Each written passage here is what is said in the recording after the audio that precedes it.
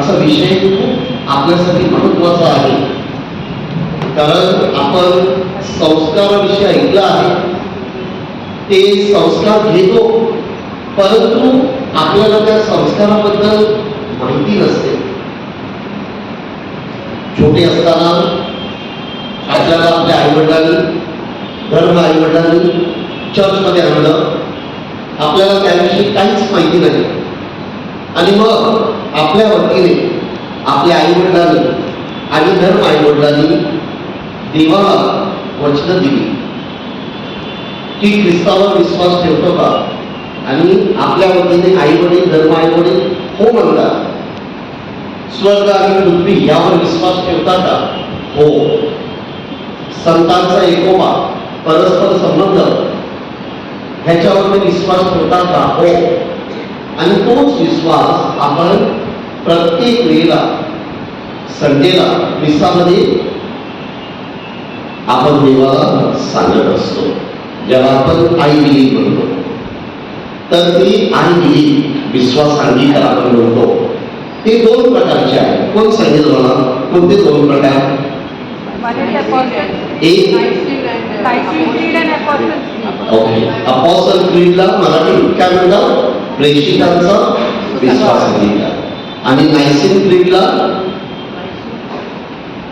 नायसीन विश्वासांगिका.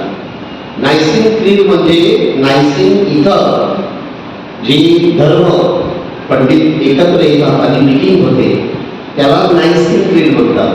की त्या मीटिंग मध्ये त्यांनी हे ठरवलं आणि म्हणून त्याला नायसीन क्रीड म्हणतात. पण ती लांब असं काय, आणि जी छोटी आहे त्याला प्रेषितांचा विश्वास लिहितात. की प्रेषितांचा तो विश्वास होता, आणि तो विश्वास प्रेषितांनी त्यांच्या जीवनामध्ये कृतीद्वारे प्रकट केला. स्वर्ग आणि पृथ्वी यांचं उत्पन्न करता सर्व समर्थ परमेश्वर पिता यावर विश्वास ठेवतो, आणि म्हणून त्यांनी येशू ख्रिस्ताला देवाचा पुत्र मानलं. जे शास्त्री होते, मनुष्य होते, ते येशूला देवाचा पुत्र मानायला तयार नव्हते. तो मोठा प्रॉब्लेम होता, आणि म्हणून त्यांनी येशूला मानलं. कारण त्यांच्या मते हा देव नाही, स्वतःला देवाचा पुत्र सांगतो, आणि मग लोक सर्व ह्याच्याकडे जात आहेत, मग आपलं काय होईल? आणि म्हणून त्या स्वार्थापोटी शास्त्री, फरीसी आणि रोमन यांनी येशूला कृसावृत्ती केलं. परंतु तेवढ्यावरती त्यांचं भागलं नाही. तो देवाचा पुत्र होता हे कोणी सांगितलं? त्याच्या मरणानंतर पहिलं 100 सैन्याचा इंचार्ज असतो, त्याला काय म्हणतात? Centurion. Centurion said that he was truly son of God. त्याचा अनुभव होता तो.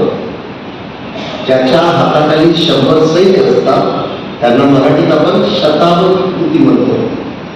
शत म्हणजे 100 सैनिक ज्याच्या हाताखाली काम करतात. इंग्रजीमध्ये आपण सेंच्युरियन म्हणतो.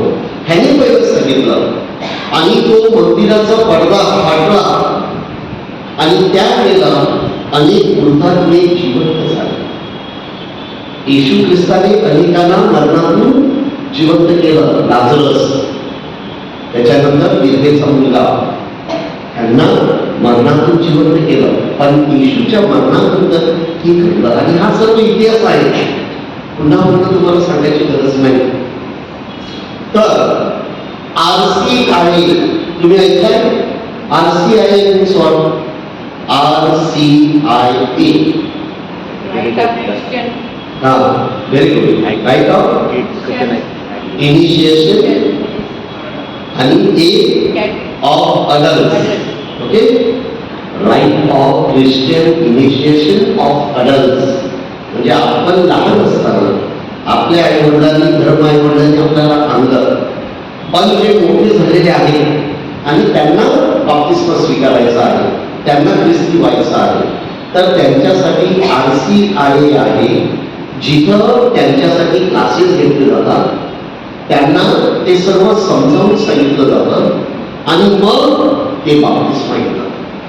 तर rite of Christian initiation of adults, कारण ते मोठे असतात, लहान नसतात आणि ते मोठे आहेत म्हणून त्यांना 4 संस्कार एकत्र दिले जातात आणि आपल्या सर्वांना ते 4 संस्कार एकत्र मिळतात, परंतु आपल्याला त्याची जाणीव नाही कारण आपण छोटे असतो.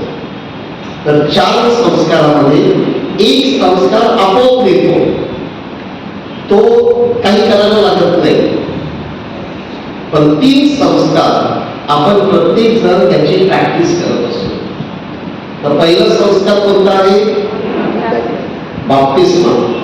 ओके, तर बाप्तिस्माच्या वेळेला आपण लहान असतो तर आपल्याला आई वडील, धर्म आई वडील घेऊन येतात आणि मग फादर त्यांना प्रश्न विचारतात की तुमच्या मुलानं बाप्तिस्मा द्यायची तुमची इच्छा आहे का? आणि ते म्हणतात हो. मग ह्या बाळाला, मुलगा असू दे मुलगी असू दे, तुम्ही ख्रिस्ती धर्मात वाढवण्याची जबाबदारी घेतात का? आणि म्हणून धर्म आई वडील, गॉडपेरेंट हा महत्वाचे आहे. फक्त ते लग्नाच्या वेळेला दिन करायची आणि जायचं, काळजी आणि खायला बोलवायचं, त्याच्यासाठी धर्म आई वडील नाही आहे. धर्म आई वडिलांची सुद्धा जबाबदारी आहे की त्या बाळाला तो विश्वास त्यांनी दिला पाहिजे. तर आता व्यवस्थित लक्ष द्या, झोपू नका, कारण हे फार आपल्यासाठी महत्वाचं आहे आणि ह्याद्वारे अनेक चमत्कार पण होत आहेत. तर बाप्तिस्माच्या वेळेला 4 सॅक्रमेंटल्स वापरतो. आता लक्ष द्या, सॅक्रमेंट किती आहेत? 7. किती? बाप्तिझम पासून तर शेवटचा युगणार भोगा आपण सांगतो तो. तर बॅप्टिझम नंतर कोणतं येतं? बोला पटापट. First holy communion. आणि त्यावेळेला आपोआप मिळणारा कोणता संस्कार आहे?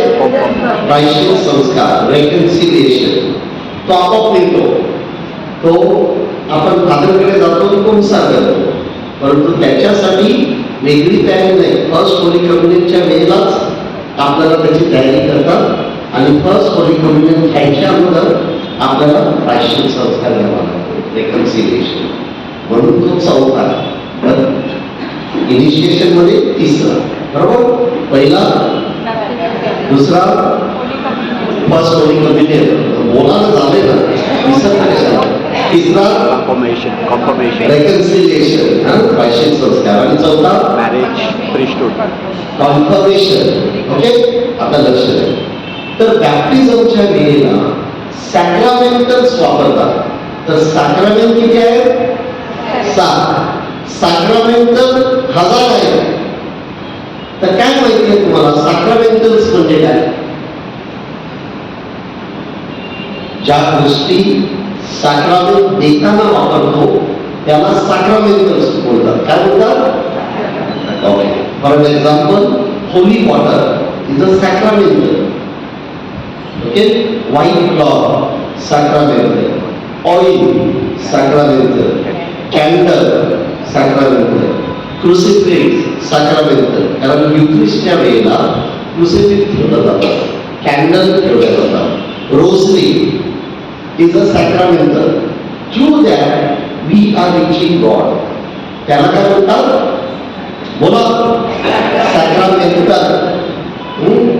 सॅक्रामेंट म्हणजे 7. सॅक्रामेंटल म्हणजे जे आपण सॅक्रामेंट घेताना वापरतो. तर बॅप्टिझमच्या वेळेला 4 सॅक्रामेंटल कोणते वापरतो? Water symbolises what? Water symbolises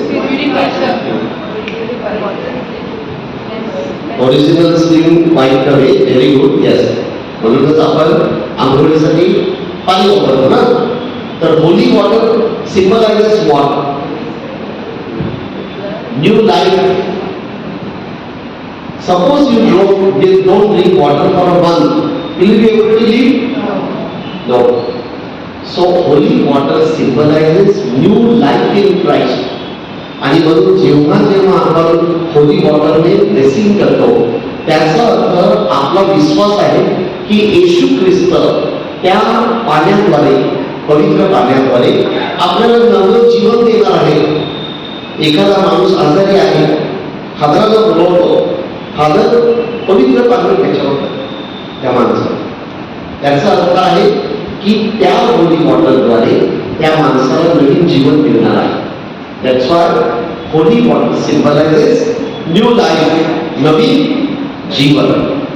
म्हणजे जो बाळ जन्मलेला आहे ते जे आपलं मूळ पाप आहे ते प्रत्येक जण घेऊन येतो आणि त्या होली वॉटरद्वारे, पवित्र पाण्याद्वारे त्या बाळाला येशू ख्रिस्तामध्ये नवीन जन्म मिळतो. म्हणून holy water symbolises new life. त्याच्यानंतर काय वापरतो? ऑइल. ओके, ते oil symbolises what? Anointing. Anointing. Anointing means chosen one, निवडलेला. तर ते ऑइल कधी ते प्लेस केलेलं असतं?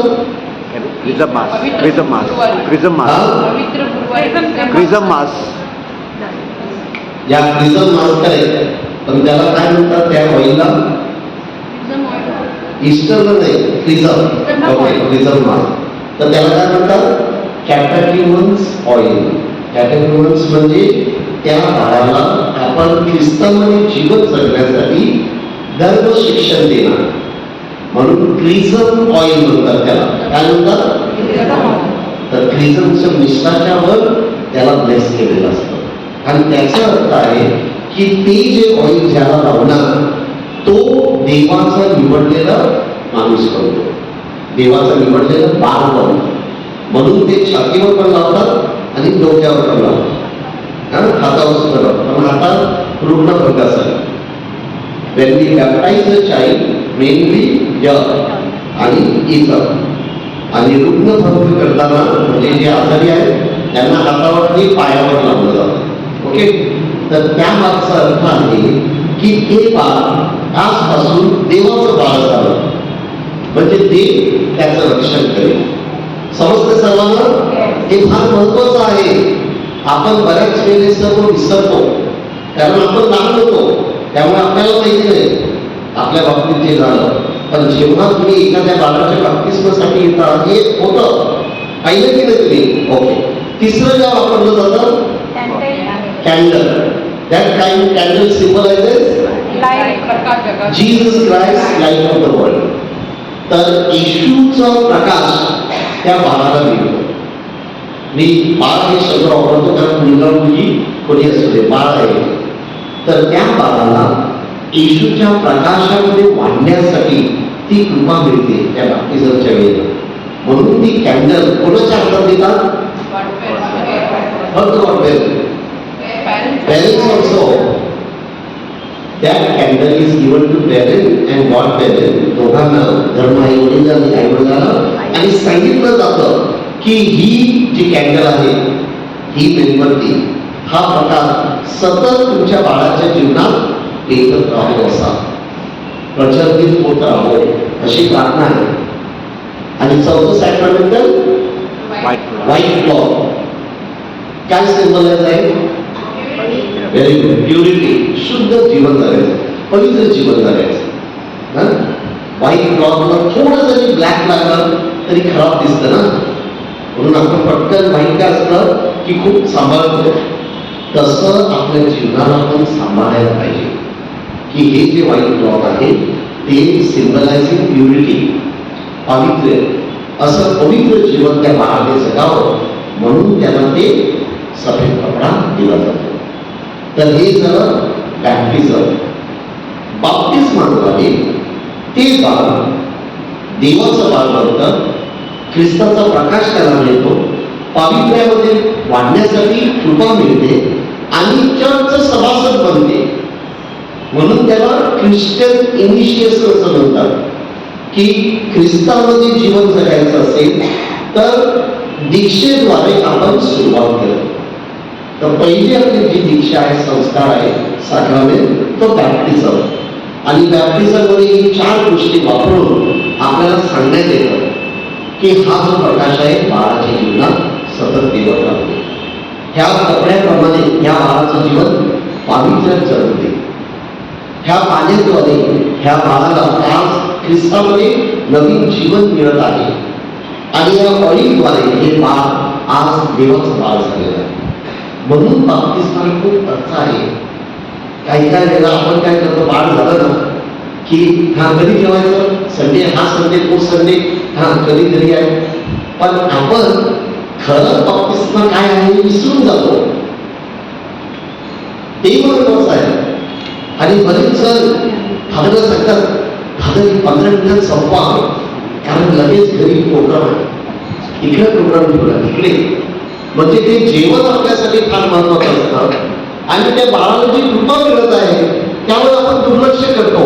म्हणून हा विषय मी आज निवडलेला आहे की ख्रिस्तामध्ये जीवन जगत असताना हे दीक्षा फार महत्वाचे आहे, संस्कार फार महत्वाचे आहेत. आणि आपण लहान होतो म्हणून आपल्याला माहिती नाही, पण आपण माहिती करून घ्यायला पाहिजे.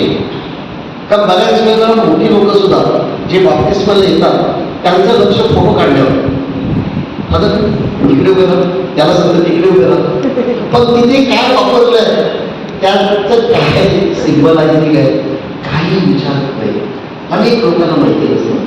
आज तुम्हाला कळालं असेल असं मी गृहीत धरतो, बरोबर? ओके. आता हे झालं बाप्तिस्मा. त्याच्यानंतर फर्स्ट होली कम्युनियन घेताना ते बाळ वाढलेलं असतं आणि म्हणून त्या बाळाला फर्स्ट होली कम्युनियन देताना ते स्वतः आपलं विश्वास प्रकट करतात. तिथं आई वडील प्रॉमिसेस देत नाही. आई वडील फक्त जबाबदारी घेतात की आजपासून ह्या मुलाला येशू ख्रिस्त मिळालेला आहे आणि मी त्याला चर्चमध्ये आणत जाईल, विसाला येईल आणि बायशील संस्कार केले. पण तिथं कोणतेही प्रॉमिसेस आई वडील देत नाही. तर तो मुलगा किंवा मुलगी आपल्या जीवनामध्ये ख्रिस्ताला प्रथम घेत असतो.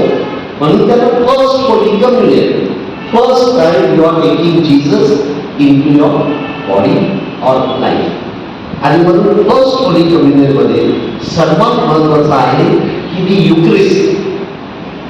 फक्त ते कम्युनियन स्वीकारणं नाही, ऍक्च्युली ते सॅक्रामेंट जे आहे हे फर्स्ट होली कम्युनियन म्हणजे युक्रिस्ट. दी युक्रिस्ट, I will come for the Eucharist. Jesus Christ is breaking his body and he sheds his blood. तर येशू ख्रिस्त स्वतःचं शरीर मला देत आहे आणि रक्त सांगत आहे. तर मी पण माझ्या आयुष्यात करेन. पंख्याचा त्रास कोणाला होत असेल तर थोडा बंद केला तर बरं आहे, किंवा थोडंसं तुम्ही शिफ्ट करा त्या साईडला, तिथला पंखा बंद आहे मागे. जर कोणाला पंखा नको असेल तर मागे पंखे बंद ठेवलेले आहेत, तिथं पण तुम्ही जाऊ शकता. ओके, हे राहू द्या, ठीक आहे ना? तर first holy communion is not only about communion, receiving communion तो नाही आहे की युक्रिस्ट इज इम्पॉर्टंट, की Jesus Christ broke his body, shed his blood, and that is why I will also celebrate Eucharist on the altar of the world. म्हणजे माझ्या कुटुंबामध्ये मी असं चांगलं काम करत जाईल, माझ्या कामाच्या ठिकाणी मी दुसऱ्यांना मदत करेन, माझ्या आई वडिलांना मी मदत करेन, त्यांचे पाय पुसणार. ती युक्रिस्ट आहे. फक्त कम्युनियन स्वीकारणं एवढ्यावरती तो संस्कार मर्यादित नाही. आणि म्हणून युक्रिस्ट is non as the source and summit of Christian life. म्हणजे काय की येशू ख्रिस्ताने पूर्ण जीवन दुसऱ्यांसाठी अर्पण केलं, दुसऱ्यांना त्यांनी मदत केली, दुसऱ्यांना त्यांनी आरोग्य दिलं. तसं तुम्ही देखील एकमेकांची सेवा करा, एकमेकांना माफ करा, एकमेकांवरती प्रेम करा. तो युक्रिस्टचा अर्थ आहे. आणि म्हणून युक्रिस्ट या शब्दाचा अर्थ काय आहे? The Eucharist means what? शब्दाचा अर्थ 1000 वेळा सांगितलेला आहे मी. मिस्सा बलिदान या शब्दाचा अर्थ काय? येस, नो, दुःख सहन नाही. दी युक्रिस्ट, युक्रिस्ट या शब्दाचा अर्थ काय? थँक्सगिव्हिंग. काय? बोला. जीसस या शब्दाचा अर्थ काय? Jesus means what? Someone said Savior. Christ means what? Very good. Loudly. Anointed one of God. हे शब्द विसरता कामा नये. Whenever I say Jesus Christ save me, so I am saying Jesus means Savior. You are Savior, so save me. You are anointed one of God, so make me also child of God. That is why whenever we say that word, we should know the meaning. So Eucharist means thanksgiving. आभार प्रदर्शन कोणाचं? तर देवपित्याचं. म्हणून जेव्हा जेव्हा आपण मिस्सा बलिदान साजरी करतो, प्रत्येक प्रार्थना God the father, father in heaven अशा प्रार्थना आहेत. आणि फक्त जी डॉक्सॉलॉजी आहे, डॉक्सॉलॉजी म्हणजे काय? कोणती प्रार्थना? डॉक्सॉलॉजी ऑफरिंग ख्रिस्ताद्वारे, त्याला डॉक्सॉलॉजी म्हणतात. ओके, त्या डॉक्सॉलॉजी मध्ये काय प्रार्थना आहे की ख्रिस्ताद्वारे, ख्रिस्तासह, ख्रिस्तात आई पवित्र आज्ञेच्या ऐक्यात हे सर्व समर्थपित्या तुझा सन्मान व गौरव हो. कोणाचा गौरव?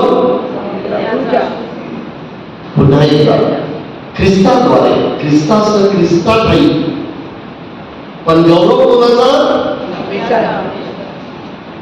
God the father.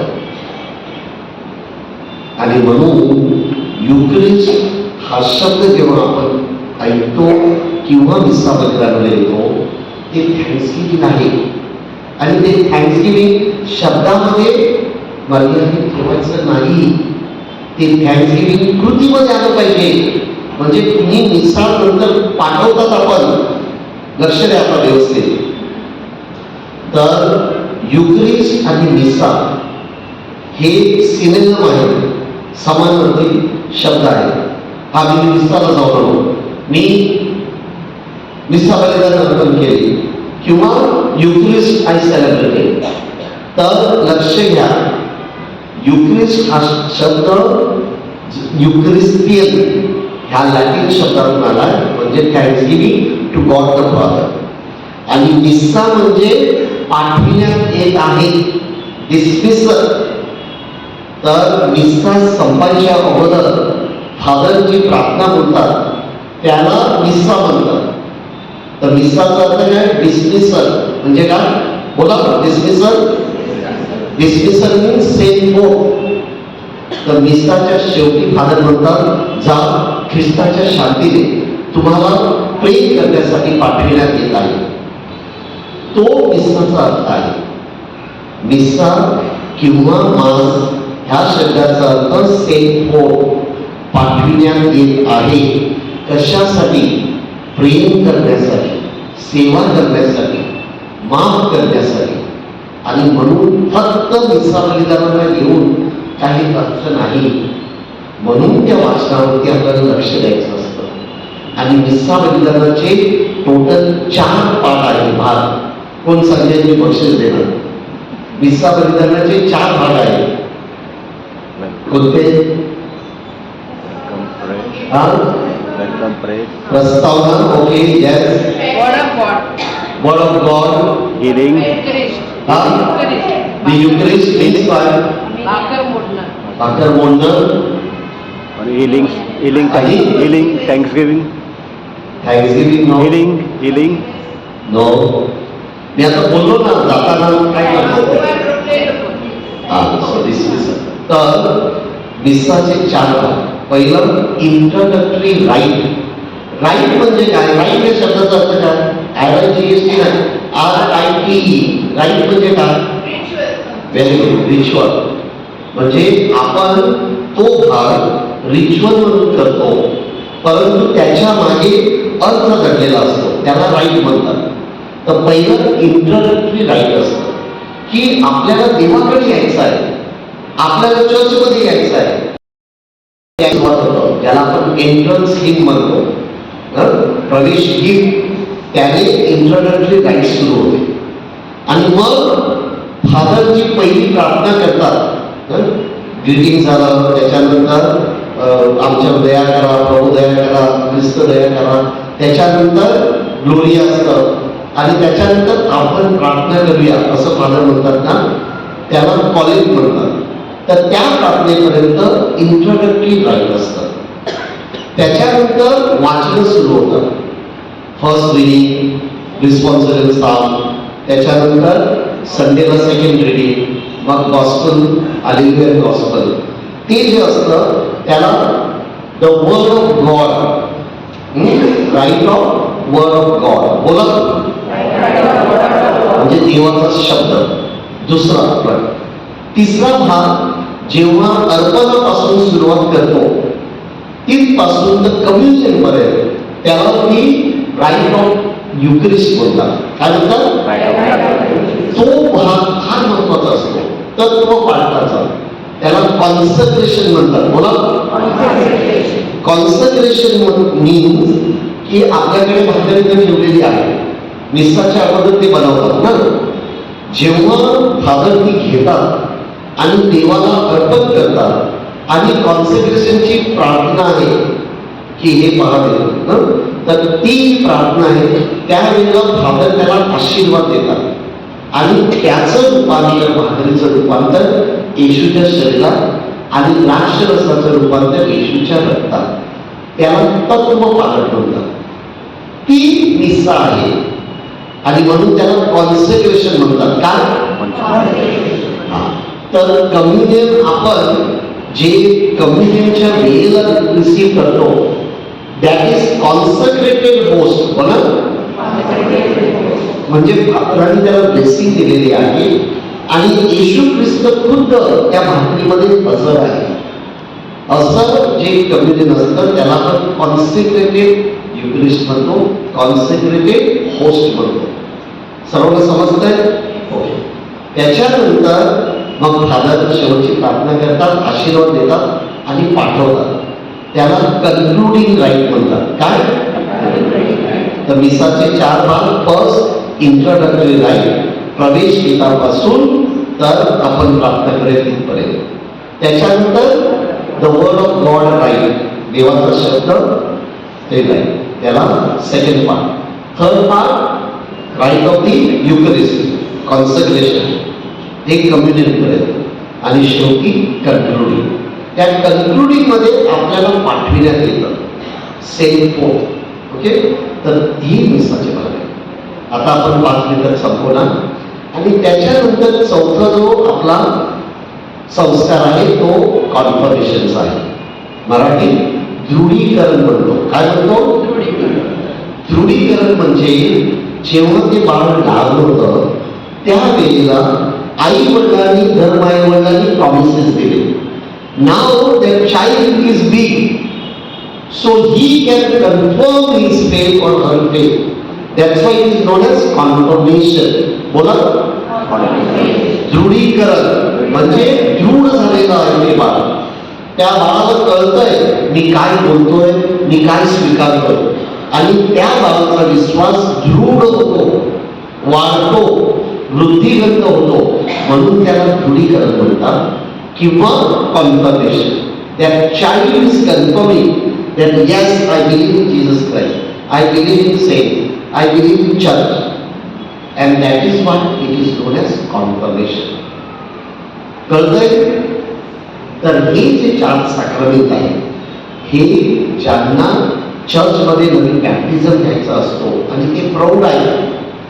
प्रौढ म्हणजे कमीत कमी 12 वर्षाच्या वर, कमीत कमी. आणि आता ते वय थोडंसं वाढून 16 करण्यात आलेलं आहे. कारण अगोदर कॉन्फर्मेशन 7वी 8वीला असताना द्यायचे, आता 10वीलाच देतात. 10वी 12वी मध्ये म्हणजे 9वी नंतर. So as is minimum 16. इथं कितवीला देतात? 16 देतात. You can give at 70 or 80 or 90. I am talking about minimum age. Okay, minimum age should be minimum 14. 14 minimum पाहिजे. ते 11वीला आहे म्हणजे तो 15-16 वर्षाचा झाला ना. ओके, 5 वर्ष पहिलीमध्ये जायला लागतंच ना. आता 6 वर्ष. तर कितवीमध्ये पण असतो ते, 10वीला असला म्हणजे तो मुलगा 15च्या वर आहे, त्याला दे ना. But minimum the child should be minimum 14 and now they have made it 16 म्हणून 11 आणि 5 16. Okay, so point here we are talking about is that child has grown up, he or she understands and he or she says yes to Jesus with his own mouth, and that is why it is known as confirmation. What his mommy, daddy and godparents said when he was small, this child is saying now. That is what called confirmation. तर ह्या 4 संस्काराला आपण Christian initiation संस्कार असे म्हणतो. And that is why life in Christ through this Christian initiation is very important. But today I hope you have understood what I said. की आपण सर्वजण बॅप्टिझम घेतलेला आहे, म्हणजे 4 सॅक्रमेंटद्वारे आपल्याला येशू ख्रिस्तामध्ये जीवन जगण्यासाठी बोलावले आहे. आपण ख्रिस्ताचं शरीर घेतो, त्याप्रमाणे घरी जाऊन वागलं पाहिजे, तरच त्या निस्सा बलिदानाला अर्थ आहे. आपण कुंसाराला जातो, प्रायश्चित संस्कार स्वीकारतो, कारण आपण पापी माणसं आहोत आणि म्हणून त्या संस्काराला अर्थ आहे. आणि प्रायश्चित संस्कार हा ख्रिस्ती धर्माला मिळालेली मोठी देणगी आहे. कारण सायकॉलॉजी सुद्धा सांगतात की तुमच्या हृदयात जे काही दडलेलं असतं, तुम्ही जेव्हा कोणाला तरी सांगता, काउन्सिलरला जरी सांगितलं तरी त्याचा पॉझिटिव्ह इफेक्ट असतो. आणि आपल्या धर्मामध्ये हे जे संसार आहे, रेकन्सिलिएशन, प्राचीन संस्कार, तुम्ही जर एखाद्या फादरला सांगितलं तर त्याला कन्फेशनल सिक्रेट असतं. कोणतंही फादर कुणालाही सांगू शकत नाही. त्या फादराने जर कुणालाही सांगितलं तर त्याचं धर्म कृपत गेलं. कॉमन मध्ये तुम्ही बोलू शकता की मी दिलेला होतो, कुंसारात लोक यायची आणि ते बोलायचे, तर तुम्ही तिकडे कोणाचं नाव घेत नाही. परंतु आपल्या धर्मामध्ये हे जे प्रायश्चित संस्कार आहे, कन्फेशन, हे फार आपल्याला उपयोगाचं आहे. जेव्हा आपण जातो, आपण फादरांबरोबर मन आणि हृदय मोकळं करू शकतो. म्हणून कमीत कमी वर्षाला एकदा तरी कुंसार करायचं असतं, कमीत कमी. पण चर्च सांगते की कमीत कमी 3 महिन्यातून एकदा तरी जा. आणि ज्यांना खरोखर खूप बिझी असतील, निदान ख्रिसमसच्या वेळेला, ईस्टरच्या वेळेला वर्षातून 2दा तरी करा. कारण ते फार गरजेचं आहे. आपण पापी माणसं आहोत. का आपण पापामध्ये गुरफटलेले असताना देवाकडे जायचं? संस्कार दिलेला आहे धर्मगुरूंना. येशू ख्रिस्ताच्या जागेवरती राहून तो आपल्याला प्रायश्चित संस्कार देऊ शकतात, मिळतो. मग घ्यायला पाहिजे. पापामध्ये गुरफटलेलं असताना जाऊ नका, यू विल रिग्रेट. आणि म्हणून कमीत कमी वर्षाने एकदा तरी कुंसार करा. जमलं तर वर्षातून 2दा झालंच पाहिजे. आणि 4 वेळा जर असेल तर ते खूप छान. आणि काही जणांना वाईट सवय देखील आहे. वॉशिंग मशीन बनवलंय त्यांनी कन्फेशनला. म्हणजे काय, एक कपडं घातलं, मला माहिती 3-4 दिवसात ते मळणं, जाऊन वॉशिंग मशीन मध्ये टाकतो. तसं कन्फेशनचं करू नका, वारंवार जाऊ नका. 2 दिवस झाले फादर कुंसार करायचं, कधी केलं 2 दिवसानंतर, त्याला काही अर्थ नाही. आणि एक गोष्ट सर्वांनी कान उघडून ऐका, मिस्सा बलिदानामध्ये सुद्धा कन्फेशन असतं. म्हणून समजा तुम्ही 1 आठवड्या अगोदर कन्फेशन केलेलं आहे आणि काही पाप केलेलं आहे, तर काही लोक मिस्साला येतात पण कम्युनियन नाही घेत. ते पाप आहे. कम्युनियन न घेणं हे पाप आहे, कम्युनियन घेणं पाप नाही. तुम्हाला जर खूप वाटतं तर तुम्ही कन्फेशनला जा, काय हरकत नाही. परंतु काल मी कन्फेशन केलं, आज मी पाप केलं म्हणून कम्युनियन घेणार नाही, हे चुकीचं आहे. कुंसार कमीत कमी 3 महिन्यातून एकदा तरी करत जा. परंतु प्रत्येक आठवड्याला नका जाऊ, काही गरज नाही. मग ती वॉशिंग मशीन होईल, पाप धुण्याची मशीन नाही. पाप निवेदन कुंसार हे पाप धुण्याची मशीन नाही. तर आपल्याला कृपा मिळावी म्हणून तर महिन्यातून एकदा जाऊ शकता, 3 महिन्यातून एकदा जाऊ शकता. घडी घडी जाऊन त्याचं वॉशिंग मशीन बदलू नका. आणि जेव्हा जेव्हा तुम्ही मिस्साला याल, मिस्सा बलिदानामध्ये Lord have mercy, Christ have mercy, Lord have mercy, that is called penitential rite. हे एक कन्फेशन आहे, परंतु त्याच्यावरती आपण फक्त अवलंबून राहू नये. 3 महिन्यातून एकदा तरी गुणसार करा. सर्वांना समजतंय? तर आता आपण आपली सर्व्हिस सुरू करणार. तर महत्वाचं सर्वांनी हे जे 4 आपण साकारवृत्ताबद्दल माहिती घेतलेली आहे, थोडं एका संस्कारावरती तुम्ही फोकस करा आणि जीवनामध्ये बदल घडवून